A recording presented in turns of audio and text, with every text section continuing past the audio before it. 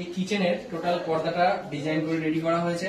আর এখানে জিবিটি বিটটা দেওয়া হয়েছে, ঠিক আছে। এখানে যে জিবিটি আছে, জিবিটি বিটটা এখানে দেওয়া আছে, এগুলো কিন্তু রেডিয়াম দেওয়া আছে, রাত্রেবেলা করে লাইট হবে। আর এখানে যে বিটটা দেওয়া আছে এটা জল বিট করা আছে, তার সঙ্গে জিবিটি এখানে করা আছে যাতে দেখতে ভালো লাগে। আর এখানে যে বিটটা দেওয়া আছে এখানে জল বিট পুরোপুরি ভাবে এখানে মেকআপ করা আছে, কোনো সময় জল বা তেল পড়ুক আসবে না, ঠিক আছে। আর এখানে স্ট্যান্ড গুলো দেখতে পাচ্ছ না, এখানেও কিন্তু জিবিটি দেওয়া আছে যাতে দেখতে সুন্দর লাগবে, ভালো লাগবে। আর ছোটর ভিতরে মোটামুটি সবকিছু রেডি করা হচ্ছে, এটা সিলিন্ডার জায়গা দেখা। আর এইখানে এই ফটোটা সোনালী কালার বর্ডার দিয়ে এটাকে রেডি করা হয়েছে, ঠিক আছে।